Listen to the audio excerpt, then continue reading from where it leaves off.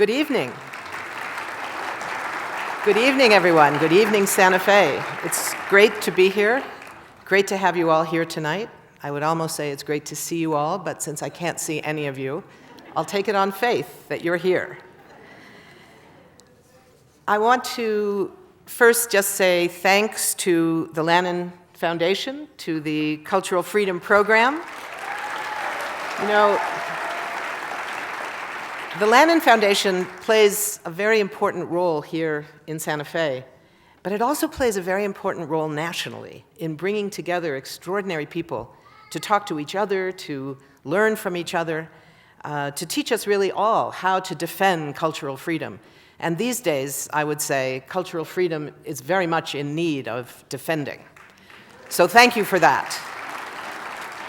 My name is Phyllis Bennis. I'm at the Institute for Policy Studies in Washington, D.C., and I work on some of the same issues here as the Middle East crisis. There's always a Middle East crisis. You know, this is something you'll never sort of run out of things to talk about.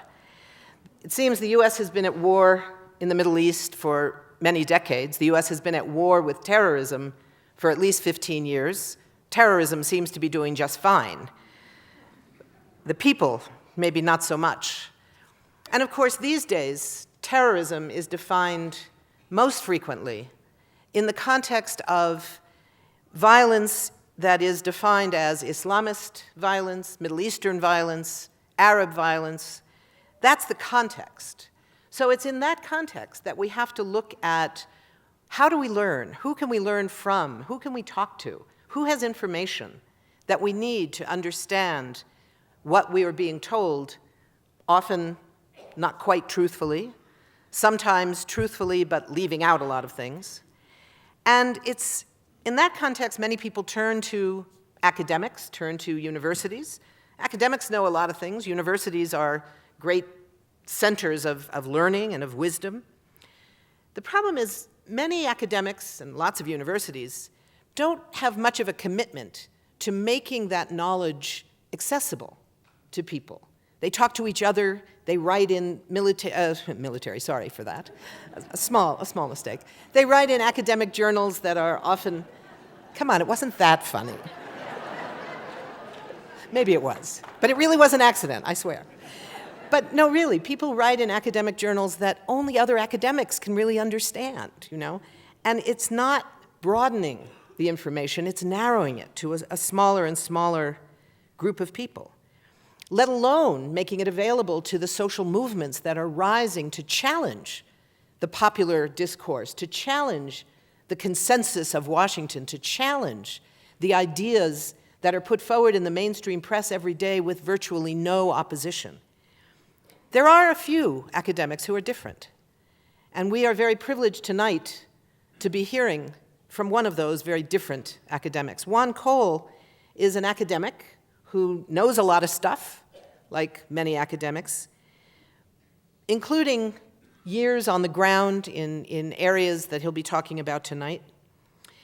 But Juan is different because of his commitment to make that information available to the rest of us who do not live and work in academic settings. And this started for Juan a long time ago, at the time of the first Gulf crisis back in 1990, 91. But then particularly when he realized, because he knows a number of languages, can speak Arabic, can read Arabic and other regional languages, that he was able to do something at the dawn of the internet era, as it were, that not a lot of people in this country had access to. He could read local newspapers in the region. He could read Iraqi newspapers and find out what Iraqis were saying, what Kuwaitis were saying. And he tried to make some of that available. It didn't work as well in those days because the internet was just barely getting started. There was no World Wide Web at the time that could be used in that way. But that changed with 9/11. You know, we hear a lot of times that 9/11 changed everything. I don't actually think that's true. I think 9/12 changed everything. 9/12 was the day that President George Bush announced that the response to this horrific act this horrific crime against humanity, would not be answered as if it were a crime, but that he would answer it by taking the world to war. And we have been paying the price for that ever since. And it's in that context that Juan Cole emerged as such an important provider of information to social movements, to the anti-war movement that was rising at that time, to other academics certainly, but also to policymakers, a few of them at least, who were willing to listen, and to people, just ordinary people around this country who were desperate to get out of the bubble created by the mainstream media, to learn something that had a bit more realism to it. So Juan began to write op-eds. He was suddenly getting a little bit of access to the mainstream press. But then the World Wide Web was on its way in 2001. It's not what it is today, but it was already starting, and something called blogs had begun, right? Web blogs, what a concept.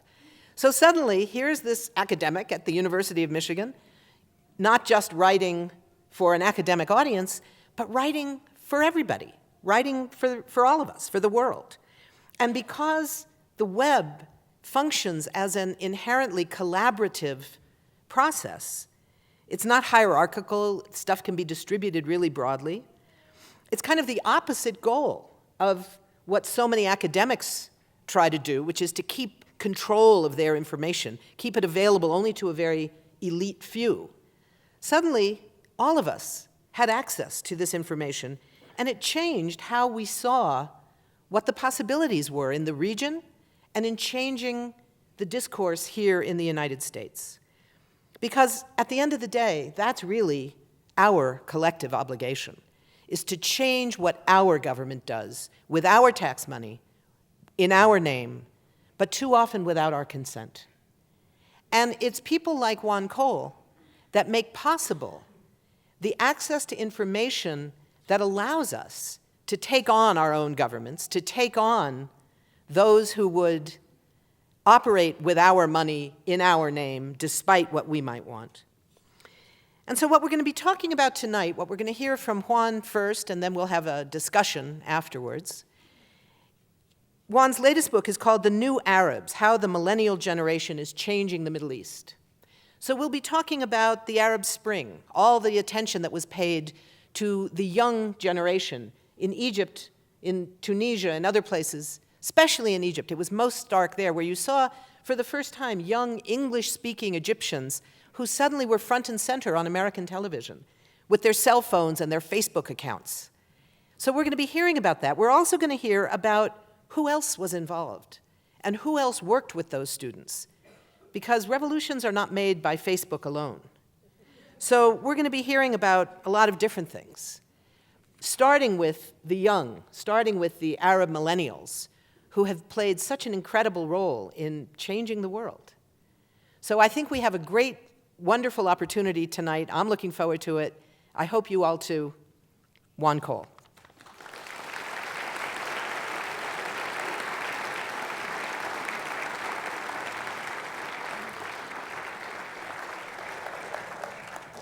Well, let me express my gratitude to Phyllis Bennis for that very warm introduction. She's someone who has shown a great deal of courage in speaking out. You know, we live in a democracy, and we have a First Amendment, but if you look into it, you'll find the First Amendment really only protects you from the government, not from other Americans. So I found it's kind of easy to get on the wrong side of them. So it still takes a lot of courage to speak out. And that thing about the First Amendment and the government is not always true. She's been a voice of great courage and insight for us all in these past years. And it's a privilege to have her introduce me. I want to thank the Lannan Foundation and to all of you for coming out. So what I thought I'd do this evening is try to put especially the Syrian piece of the Arab Spring in some context and talk about where I think we've gotten to in these events. And Syria didn't initially, I think, get as much attention as Egypt and Tunisia and some of the others, but it also had a youth revolution. The West dubbed these the Arab Spring. You know, it's really a 19th century or early 20th century diction. A spring was thought of a time of political renewal when a new generation was coming to be. It had nothing to do with the season. As far as I can tell, it started in the winter. But I call them youth revolutions. It's not that there weren't any geezers involved, but the people who spearheaded it were young people. And, you know, the young in every generation always have the advantage that they don't know what can't be done. This is really crucial to political change. And I've heard, you know, older Arabs talk like this. I mean, most of it, Jibril in Libya said, our generation never imagined that you could get rid of some of these dictators. We just thought you're stuck with them forever. And the young people were the ones who thought, well, why should we put up with this? So Syria had a youth revolution as well, but its youth revolution went bad. Not because of anything the youth did, but the government responded to this, these sets of demonstrations in a very brutal way, and they militarized the struggle and turned it into a civil war. And that didn't happen in Tunisia, where social forces were willing to compromise with one another. And it happened there was also a crackdown in Egypt, but it took a long time to come and was more ambiguous. But in Syria, almost right from the beginning, the regime just drew up tanks and started firing tank shells into peaceful civilian demonstrations. So obviously people, when they feel they're under that kind of threat, take up arms. Well, how did we get there? Syria had been a French colony, and before that it had been part of the Ottoman Empire. But during World War I, the Ottoman Empire unwisely declared war on the Russian, British, and French empires. We historians don't have many prerogatives in life, but we get to decide what were the mistakes. So that's one. And so then the British double-booked Syria. They promised it to their Arab. You know how when you make an airline reservation, sometimes you get there and there's somebody else already in your seat and the airline has sold it twice. Well, that's what they did with Syria.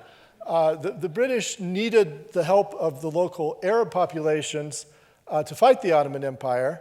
They were Ottoman subjects, but they were unhappy with Ottoman rule, so it was possible to convince them to rebel with British help. That was Lawrence of Arabia, and there was a lot of skullduggery involved. And the British said, well, if you rebel, you can have an Arab state in the places that Arabic is spoken. And the Arabs said, that seems like a good deal, we'll do it. And so they took Damascus, they took Syria with British help. But the British, at the same time, wasn't exactly the same personnel, but the British Empire at the same time promised the French Syria. So the French were rather dismayed when the British ushered the Arabs into Damascus because they said, hey, that was ours. So there were further consultations at Versailles Treaty, the Versailles Conference after World War I, and there was some horse trading, and the British wanted Mosul in Iraq because it had oil, and the French said, okay, you can have it, and the French wanted the British to stand down and let them take over the Arab the Syria from the Arab forces, and the British said, okay. So the French marched in and they took over Syria, and they ruled it from 1920 until the middle of World War II. Ironically, during World War II, the Germans did to the French what the French had done to the Syrians.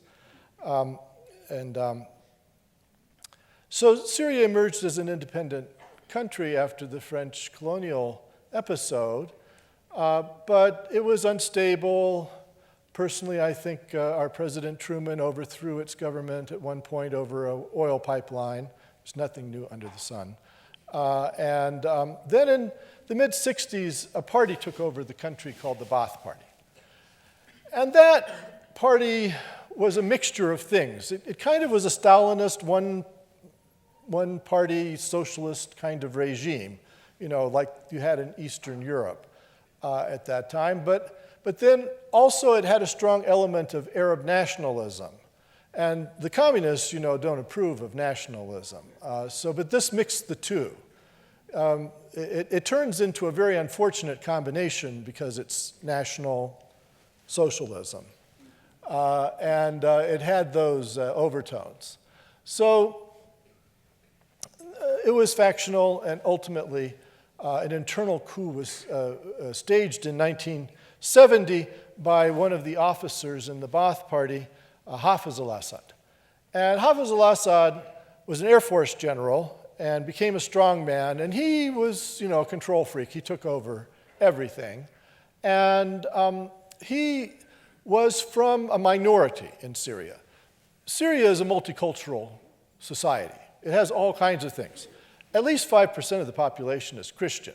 They're mostly Eastern Orthodox, like you have in Russia and Greece. But then you have non-Arabic speakers, Turkmen and Kurds. You have Sunni Arabs, you have Shiites, and you have this Alawite sect. And Hafez al-Assad was from the Alawite sect. The Alawites are technically called Shiites, but they're not Orthodox people. I mean, they don't have mosques, they don't pray 5 times a day, they don't have ayatollahs. It's not like anything like the Shiism in Iran. It's kind of New Agey. Yeah, Santa Monica Shiism. There's a great light in the sky. So anyway, I was in an Alawite area one time in Antakya, and I wanted to meet some Alawites, and I asked one of the people in my environment. I said, "Excuse me, but sir, are you an Alawite? Alawi?" And he looked at me and he said, "La walhamdulillah, I'm a Muslim." He said, "No, praise be to God, I'm a Muslim." So that's what people in Syria think about the Alawites. This is why the idea that Iran and Hezbollah have gone in to save the Alawites because they're all Shiites together, no. That's not what's going on. The Baath Party was fairly good, as these one-party states can be, with certain kinds of development, because you develop or else. So they put in irrigation and dams, and they made people in the countryside maybe a little happy for a while. But in the 90s and the early zeros, they started privatizing things. Then they cut down on their public sector, or they sold it off. And they didn't privatize in an upright way. There was a lot of insider trading. Because if a socialist state privatizes, the state officers know what's going to go on the block. They're going to know the good companies, the ones that are more likely to make money. And then if the government's selling them off, you can often buy them cheaply. So they would just call up their cronies and say, "Hey, have I got a deal for you? There's a steel mill over here, and it's lucrative, and you can buy it cheaply. And then, there are ways that you can pay me back." So there was a lot of insider trading, and the people high in the Baath Party got rich. And by the way, Hafez al-Assad died in 2000 and was succeeded by his son Bashar, which was a growing trend and troubling trend in the Arab world, that they had become republics after World War II. But, in a republic, you're supposed to not have a dynasty. Well, republics sometimes do have dynasties, but I mean, the general idea is that you should switch out over time. those ruling families. But now you had a kind of republican monarchy. Hafez al-Assad was the president for life, and then his son was going to be the president for life. And then you had all of this corruption. And the Bashar al-Assad, the son who came to power in 2000, and his cousins and his second cousins once removed, and his uncles, everybody was getting rich as Croesus from the privatization process. At the same time, the ordinary everyday Syrians were not benefiting from this privatization.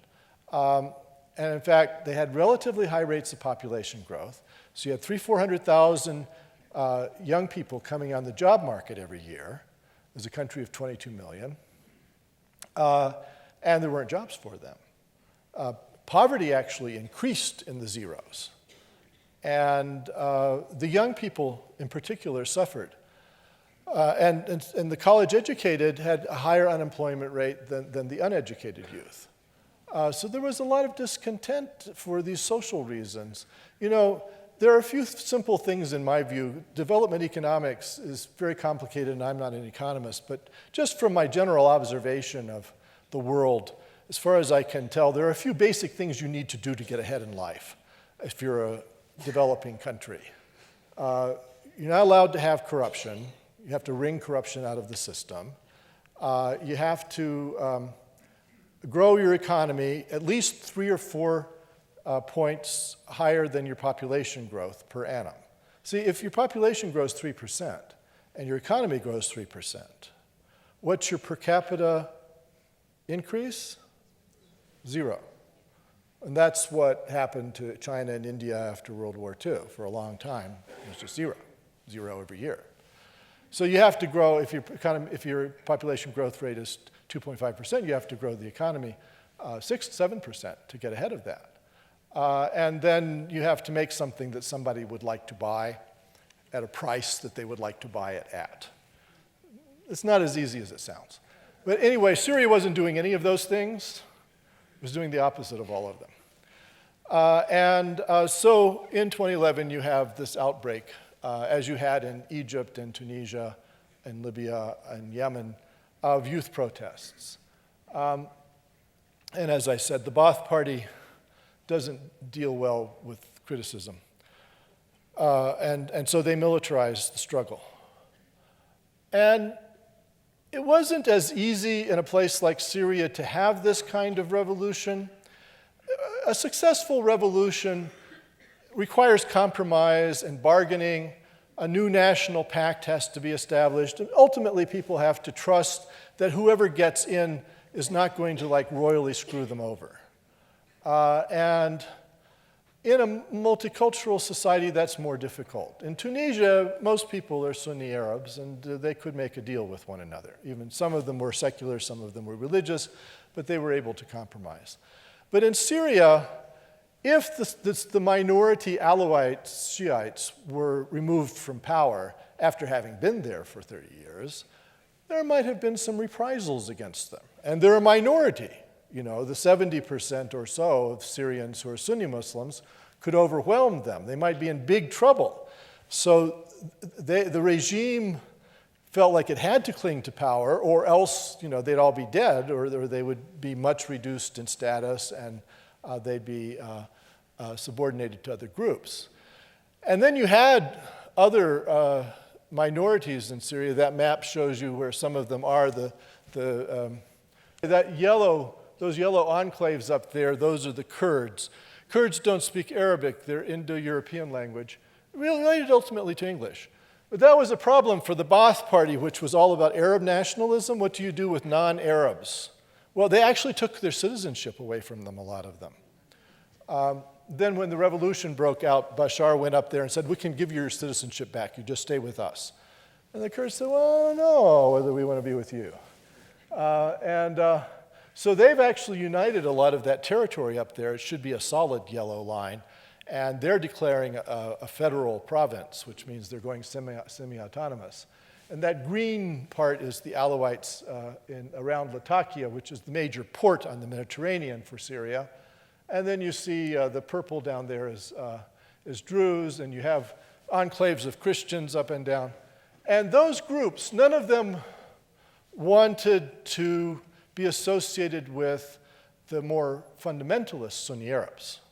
And as the regime hit the Sunnis, who were majority, in the small towns and rural areas, it radicalized them. It drove them into the arms of fundamentalist Sunni Muslims. And that made it even more difficult for the rebels to appeal to the minorities, because if you were a Christian, you would know exactly what those Muslim fundamentalists would have in store for you. So it turned into civil war. It turned into one of the more horrible civil wars we have seen since the end of World War II. Only Afghanistan, I think, even comes close to matching how horrible it is. Syria was a country of 22 million. Half of them, about 11 million, are homeless. They have, their buildings are Swiss cheese or rubble. They've had to go to something like 7 or 8 million have had to go to other towns, go to live with relatives. If any of you have ever lived with your relatives, this is getting old by now, on top of everything else. And then 4 million of them have been displaced abroad, to Jordan in the south, to Lebanon, to Turkey. Ultimately, some of them are making their way to Europe, although the majority of those refugees and migrants who are going to Europe are not Syrian. But the Syrians are amongst them. And this is a huge drain on the region, because Jordan is a little dinky country. It's like 6 million. I love it. I've lived there. I'm not putting it down, but it's just not big. 6 million people. And now you have 1 million Syrian, 800,000 Syrian refugees there. That's a huge burden for such a small place. By the way, our politicians seem to have a fixation on Jordan. I can't understand it. If you listen to these debates and the presidential candidates, they're all saying that we should, ally with Jordan. Jordan's military would solve our problems. They're 6 million people. Their military is not that big. I don't think that they're going to be able to invade Iraq for us. But they're just having trouble, finding the money to feed the refugees that have come in, much less going off on adventures for us. And then Lebanon is a country of 4 million people, and it's got 1.5 million Syrian refugees. Turkey is a bigger country and more wealthy. It's 75 million, and it's the world's maybe 17th largest economy. But even for them, to have 2.5 million Syrian refugees is a burden. But the biggest tragedy is for the Syrians themselves. And the young people that I admired so, and the liberals who were talking about democratic elections and so forth, gradually, they were forced out of the country, or they were forced to become refugees, or they were defeated, killed, captured. And who was still on the battlefield tended to be Sunni fundamentalists of various sorts. Some of them nicer than others. So Al-Qaeda emerged as one of the big forces on the battlefield. And it was not bin Laden's Al-Qaeda. It wasn't from Afghanistan or something. A lot of those guys were from Iraq. They were the Iraqi branch of Al-Qaeda, which was called Al-Qaeda in Mesopotamia. And then they changed their name to the Islamic State of Iraq, and then they became the Islamic State of Iraq and the Levant, or ISIL. And they originally were formed to fight the U.S. occupation of Iraq. There was no Al-Qaeda in Iraq under Saddam Hussein. He wouldn't have allowed it. But the Bush administration maintained that there was, and that somehow Osama bin Laden and Saddam Hussein, I don't know, they had a secret bromance, and they were, it's not true. I mean, I've seen the Iraqi secret police documents on Al-Qaeda, and they were trying to trace those people down and kill them. However, once the U.S. overthrew Saddam and dissolved the Iraqi army and security forces, why would you do that? Then Al-Qaeda said, well, gee, nice house, nobody home. And they flooded into Iraq. And then they converted local Iraqi Sunnis who were being screwed over by the new American system, and the Americans brought the Shiites to power, which the Sunnis minded. It's a very complicated story. I won't go into it. Just, in those of you who've ever had anything to do with government work know the word snafu. So this was a snafu. And Al-Qaeda grew in Iraq, especially in the Sunni Arab areas. And that group that changed its name from Al-Qaeda to the Islamic State of Iraq and Syria, they started thinking differently from bin Laden. Bin Laden knew he headed a terrorist organization. And a terrorist organization has deficits in the sense that it can't really control things very much. It can attack, it can cause chaos, but it can't control. But bin Laden felt like if he did enough chaos, that eventually he'd be able to make a revolution in some of these places and take them over. And the reason for hitting the United States on 9/11 was bin Laden felt like only two things could happen. Either the US would say, well, gee, the Middle East is not worth it, and would get out of the region, or it would go full in which case bin Laden could finally get a hold of the Marines and do to them what he felt he had done to the Soviet troops in Afghanistan. But ISIL started thinking, well, let's try to hold territory. Let's try to become a state. And although the Americans were occupying Iraq, there were only, at their height, 160,000, and often it was much less than that, 100,000 or so US troops. Well, they couldn't occupy a country of 25 million who didn't want them there. They didn't tell you this at the time. Iraqis didn't want us there. Lawrence of Arabia once wrote about guerrilla warfare, and he was an expert, and he said that your aim is to make it so that the official troops only control the land on which they actually stand. And that was true of the United States and Iraq.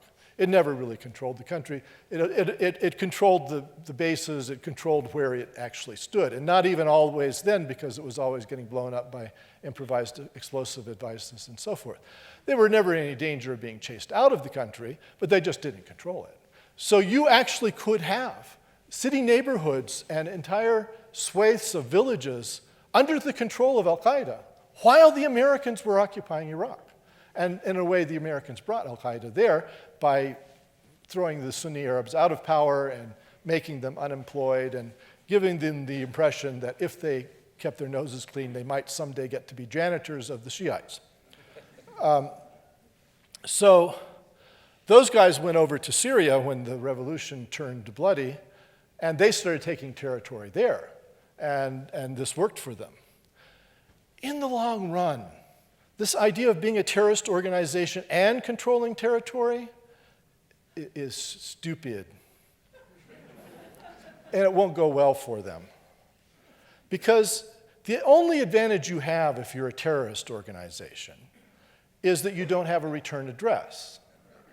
So you blow up something, and people say, we're going to bring those people to justice. But you don't know where they are, so how would you bring them to justice? They pressed, George W. Bush about this. By 2006 or so, he actually abolished the bin Laden unit in the CIA that was supposed to be focused on finding bin Laden. And he gave up on it. And they used to ask George, they said, why haven't you caught bin Laden? And George would say, he's hiding.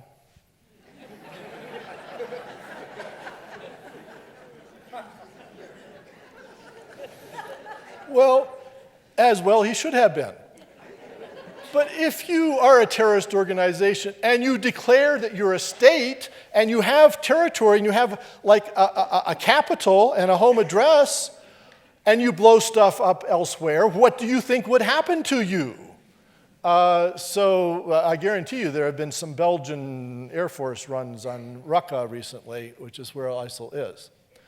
Well, President Obama, when all this broke out, it took a set of contradictory stances over time. It was fairly clear that he didn't want anything to do with Syria. And you have to sympathize with the guy. He came to office campaigning against being involved in the Middle East.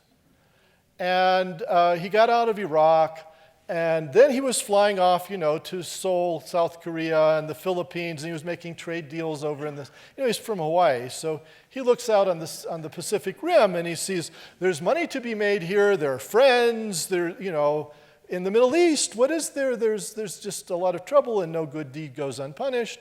And why don't we just have nothing to do with it? And I think that was his preference. But then 22% of our petroleum, of the world's petroleum, comes out of that region, and the U.S. is kind of in charge of making sure it comes out. And the Japanese and the French and others would mind if we didn't do that for them. Then, not to mention, nobody here wants to pay $10 a gallon for gasoline. And then we have, developed some debts. Turkey is in NATO. We can't just let it, fall. And the Kurds helped us quite a lot, and we can't let them be massacred. And so Obama kept being brought back in, despite not wanting to be. But he also did make some missteps. So when the revolution first began in Syria in May of 2011, Obama came out and he demanded that Bashar al-Assad step down. Why would you do that? You're the president of the United States. If you can make him step down, then make him. If you can't make him step down, then you look kind of silly if you call for him to step down and he doesn't. But Obama does stuff like that. So he called and he still, insists that al-Assad must step down. No sign of it happening.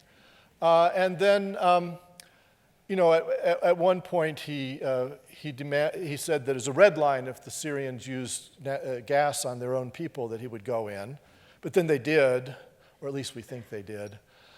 And then he didn't want to fulfill that pledge, and luckily for him, nobody else wanted him to fulfill it either. So the Congress refused to vote for it. The British Parliament slapped him down, and then the Russians said, well, we could get rid of that poison gas for you. And I can't tell you, John Kerry and Obama were hugging Sergei Lavrov and saying, would you please do that for us? So Obama just didn't want to go into Syria. However, he had allies that did, and he had enemies that didn't want it. So we couldn't get a UN Security Council resolution authorizing the use of force. So from point of view of international law, there was no grounds for the U.S. to go into Syria because there was no authorization from the UN, and Syria had not attacked the United States. Then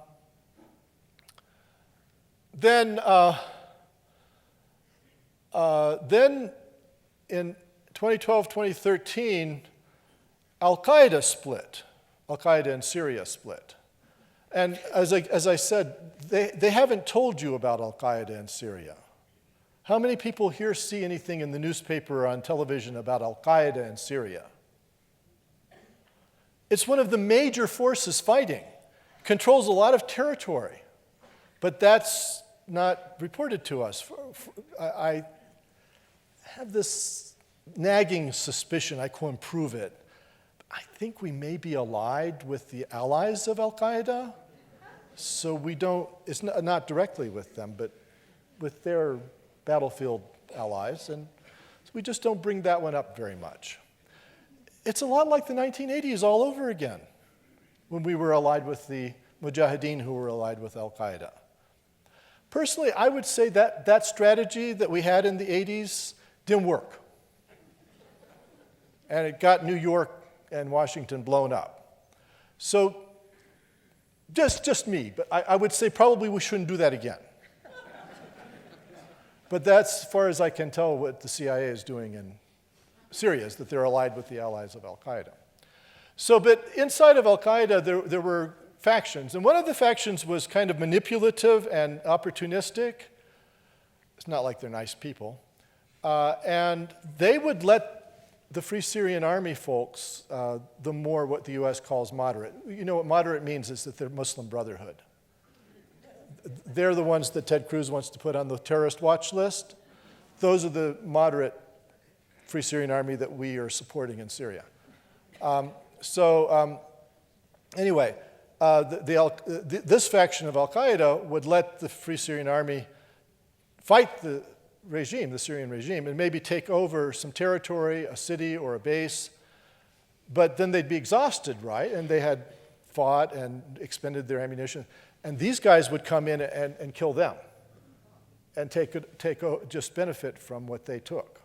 And they would do this to the other Al-Qaeda groups as well as to the Free Syrian Army. So, after bin Laden was killed by Obama, the leader of Al-Qaeda is Ayman al-Zawahiri. And he saw this happen and his sense of fair play was injured.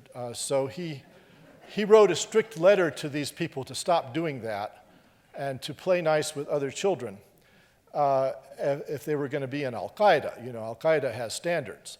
Then they refused. They went on behaving this way, in this opportunistic way, and preying on the other rebel forces. So al-Zawahiri had no choice. He kicked them out of Al-Qaeda. And that's ISIL, what the locals call Daesh. They're the people who are so horrible that Al-Qaeda wouldn't have them. Al-Qaeda was probably the more important group because ISIL was out in the east of the country, and it wasn't near the heavily populated areas, out in the desert. It was kind of like somebody took over Wyoming. I like Wyoming. I'm not wishing that on anybody. We did have one vice president from there that I didn't like, but it probably wouldn't threaten us as a nation if some cult, took over Wyoming for a while. It's in the desert and it's got a small population. That's what ISIL is. It's out in the eastern desert, in Syrian terms at least, not so much in Iraq. It wasn't that big a deal. But Al-Qaeda was taking territory near Damascus. It was taking territory near the port of Latakia. It had a chance of taking over Syria. I find that alarming, to have the idea of Al-Qaeda sweeping into Damascus and taking over a country. But John Brennan of the CIA seems to be all right with it. I don't know. At least he's helping the people who are allied with them. It's bizarre. But so how would you defeat the regime? Is one thing you could do is take the central city of Homs, because the supply lines go from Latakia, which is the port on the Mediterranean, down to Damascus, which is landlocked down in the south. So if you cut off the supply line, then you could starve Damascus out. You could prevent munitions from going there, ammunition, and those things. And eventually, this capital would fall. The capital falls, game over. So Al-Qaeda took Homs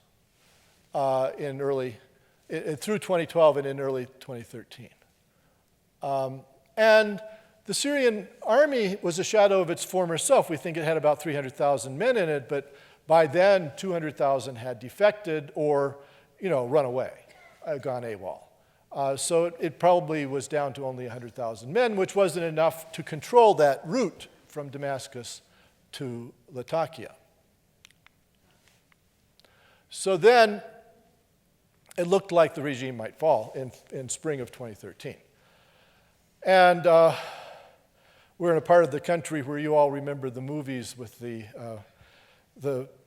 band of besieged pioneers, and then the cavalry comes over the hill and saves them.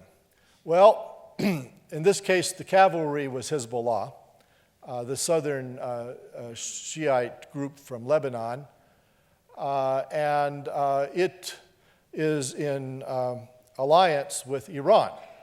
Iran is allied with the Syrian regime and didn't want it to fall.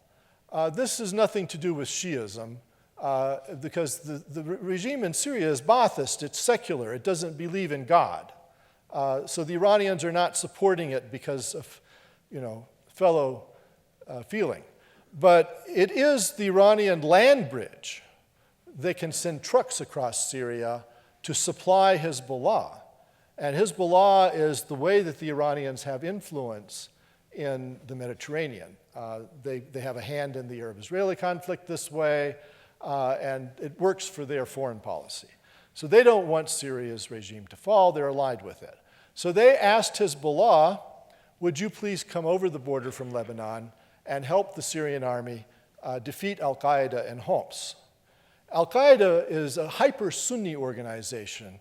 It actually tends towards even beyond Sunnism, towards Wahhabism, the kind of very hardline religion that's in Saudi Arabia. And they hate, abhor Shiites. So asking Shiites to kill them, it's not so hard. You could convince them, especially if it looks like they're coming for the Shiites. Because if they take Homs, they take Damascus, what's going to happen to the Shiites in Lebanon? They could be next. So Hezbollah came in, and it was just a tipping point. It was just what the Syrian Arab army needed under Bashar al-Assad, was a little extra help.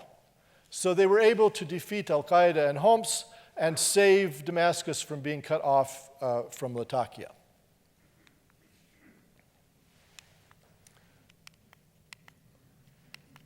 And then the Iranians also sent in a relatively small force, maybe 2,500, of their special operations guys, who are called the Jerusalem Brigade or a Quds Brigade, and they are a division of the Iranian Revolutionary Guard.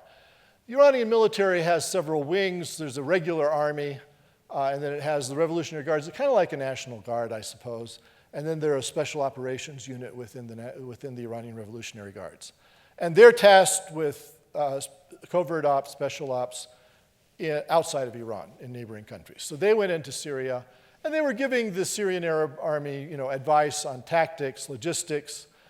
It's one of the reasons that the Syrians didn't really attack ISIL much out in the eastern desert, because the Iranians said, you need to consolidate. Most people in Syria live along the west coast. When the French were there, they called that la Syrie utile, it's the useful Syria, as 70–80% of people live in the west. So being really worried about that eastern desert is silly. And the Iranians told them to consolidate, make sure you keep these central cities, make sure you keep your supply routes.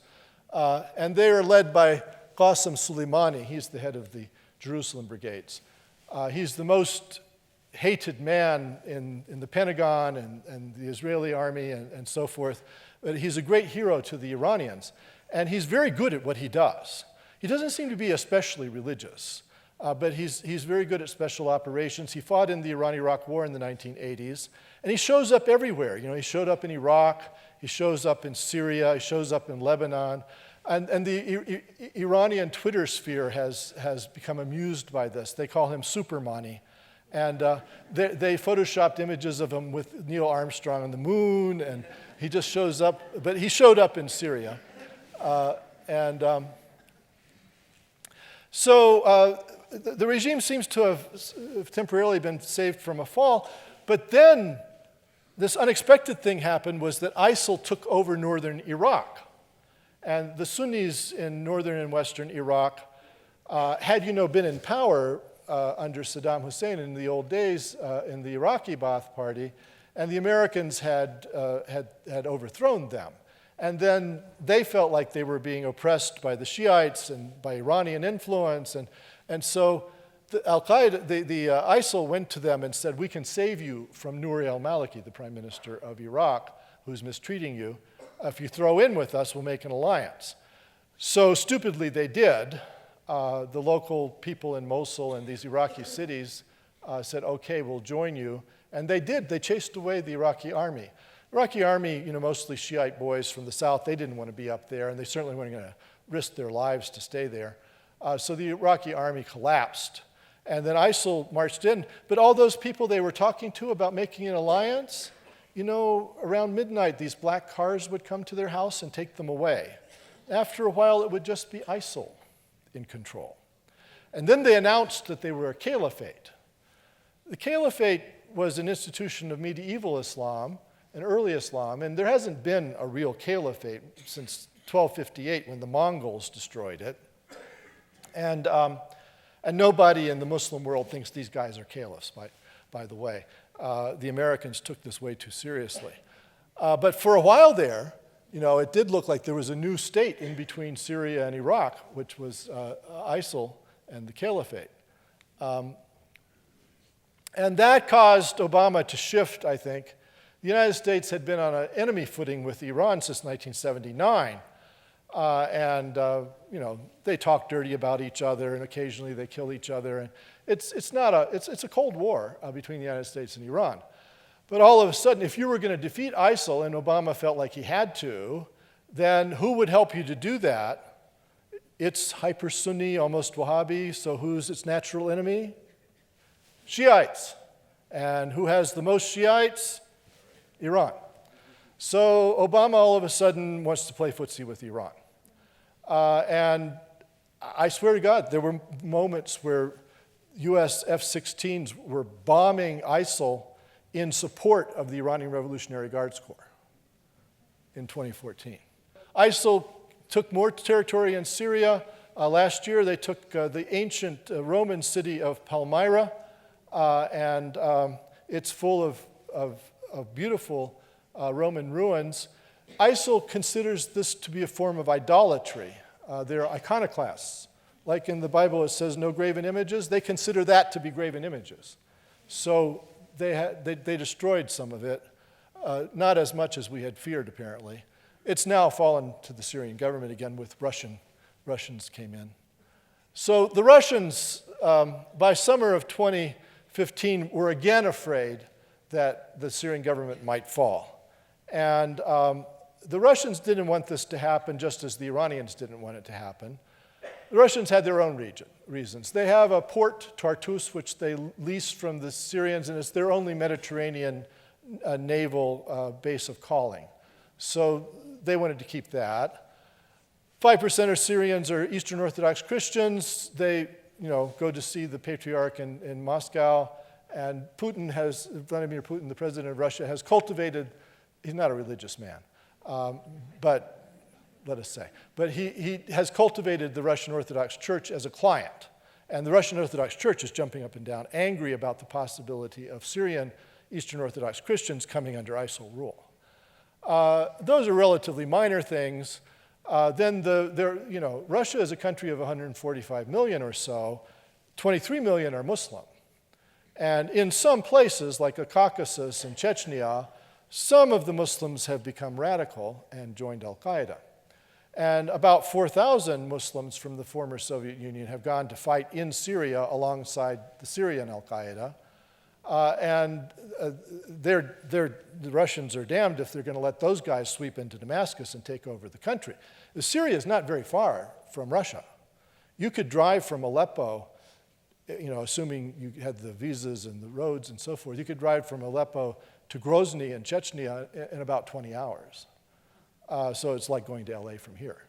So they didn't want Syria going radical because it would blow back on the Muslim areas of Russia. And then I think as sphere of influence politics, Syria had been a client of the Soviet Union, and they just didn't want that to go to NATO.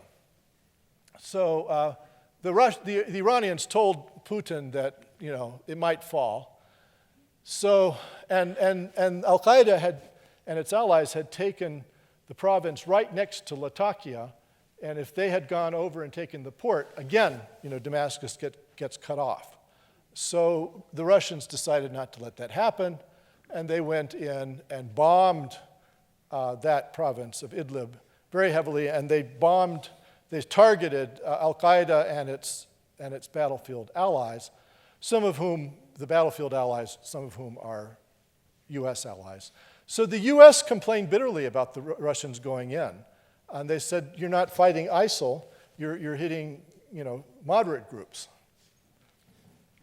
So, because ISIL wasn't in danger of overthrowing the regime, and the rebel groups were allied with Al-Qaeda, which was on the verge of overthrowing it.